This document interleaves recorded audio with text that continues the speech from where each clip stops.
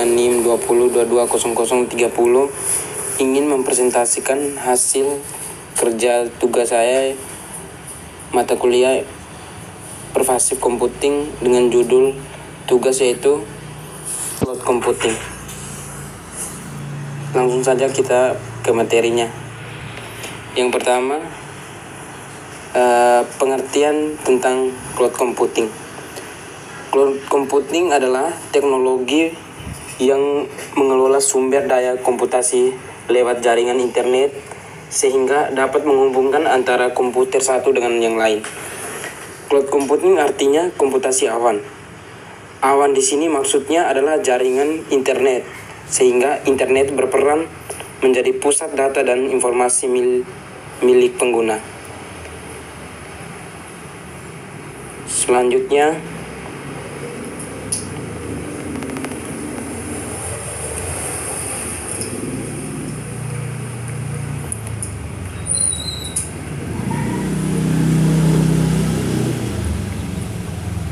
berdasarkan hak akses yang dimiliki atau sistem penggunanya, cloud computing dibagi menjadi 3 jenis, yaitu yang pertama, public cloud. Public cloud dapat diakses oleh siapa saja dan tidak membutuhkan biaya. Kamu bisa menggunakan semua fitur dan pelayanan asalkan ada jaringan internet. Yang kedua, private cloud. Jenis ini biasanya digunakan di sebuah organisasi atau perusahaan yang membutuhkan tingkat keamanan data tinggi. Yang ketiga, community cloud.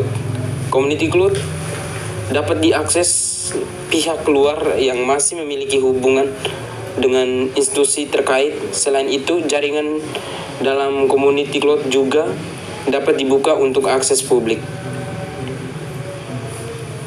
Yang berikutnya, komponen cloud computing. Yang pertama, klien dapat berupa laptop, PC, mobil phone, DPA, dan sebagainya. Yang kedua, data center dapat berupa hardware yang merupakan kumpulan server di sebuah gedung dan juga software yang merupakan virtualizing server. Yang ketiga, distributed server merupakan tersebar di beberapa lokasi seperti VLTDKK 2010. Selanjutnya, cara kerja cloud computing. Setelah mengetahui pengertian cloud computing, lalu seperti apa cara kerjanya sehingga data informasi yang berbeda di cloud computing dapat kamu akses. Mudahnya, cloud computing dibagi menjadi 2 bagian, yaitu frontend dan backend. Kedua bagian tersebut saling berhubungan menggunakan jaringan internet dan bekerja sama memberikan fungsi tertentu. Frontend diibaratkan untuk user dan backend merupakan bagian dari sistem cloud. Frontend merupakan tampilan website atau aplikasi layanan cloud yang bisa diakses oleh user. Selain itu juga dapat aplikasi atau platform untuk mengakses cloud.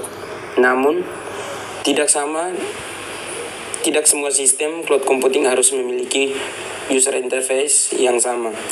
Selanjutnya, di bagian backend dapat sistem menyimpan data, membentuk cloud. Sistem cloud computing dapat berupa program komputer dan jenis file lainnya. Biasanya, setiap aplikasi pasti memiliki diket server masing-masing. Dengan melakukan penyimpanan server virtual, maka tidak akan menambah pengguna memori pada komputer. Yang berikutnya, jenis-jenis cloud computing. Di sini ada 3 jenis cloud computing, yaitu yang pertama, server as a service atau SaaS. Yang kedua, infrastruktur as a server atau IaaS. Yang ketiga, platform AS server atau PaaS. Selanjutnya, manfaat cloud computing. Di sini saya mengambil 4 manfaat cloud computing. Yang pertama, mempermudah pengolahan data. Yang kedua, menghemat biaya infrastruktur. Yang ketiga, meningkatkan mobilitas kerja. Dan yang keempat, mempermudah kolaborasi. Di sini ada struktur cloud computing. Ini adalah gambar struktur cloud computingnya.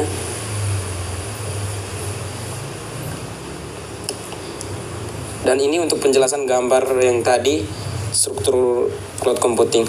Yang pertama itu front end, terdiri dari client cloud computing sistemnya, lalu dibagi lagi menjadi 2, yaitu interface dan aplikasi yang diperlukan dalam mengakses platform cloud computingnya.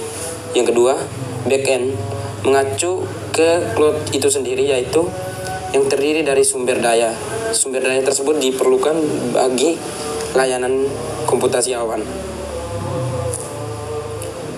Selanjutnya, kelemahan cloud computing, yaitu ada 3 di sini. Yang pertama, adanya ancaman keamanan untuk perusahaan. Yang kedua, menimbulkan beberapa isu teknis. Yang ketiga, harus tersambung dengan koneksi internet. Selanjutnya, kelebihan cloud computing. Yang pertama, menurunkan biaya infrastruktur IT, komputer dan lain-lain bagi penggunanya. Yang kedua, meningkatkan kinerja atau performa kerja. Yang ketiga, menurunkan resiko perawatan yang sering dan mahal karena jarang ada masalah. Yang keempat, mendapatkan pembaruan instan terhadap software yang ada. Yang kelima, meningkatkan kompatibilitas antar sistem operasi yang dipakai. Yang keenam, menyediakan cadangan atau backup dan juga pemulihannya. Berikutnya, meningkatkan skalabilitas. Berikutnya, meningkatkan kapasitas penyimpanan atau store. Berikutnya, meningkatkan keamanan data. Demikian hasil presentasi dari saya. Saya ucapkan terima kasih.